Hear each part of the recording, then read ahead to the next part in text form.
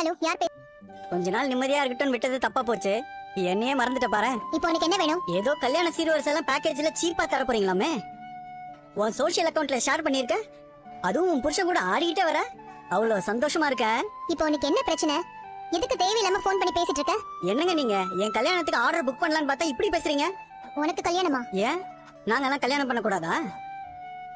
சரி விடு, எனக்கு கொஞ்சம் பணம் வேணும். பணமா? என்ன விளையாடுறியா?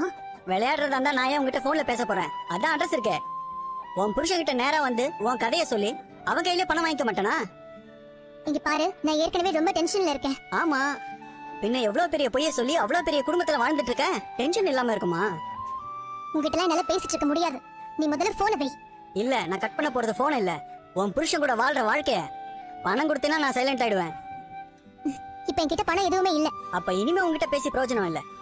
நான் உன்னோட புருஷன் கிட்ட நேர்ல வந்து பேசிக்கிறேன். இப்போ உனக்கு என்னதான் வேணும்? நீதான் வேணும். பயப்படாத, நான் அப்படிலாம் சொல்ல மாட்டேன்.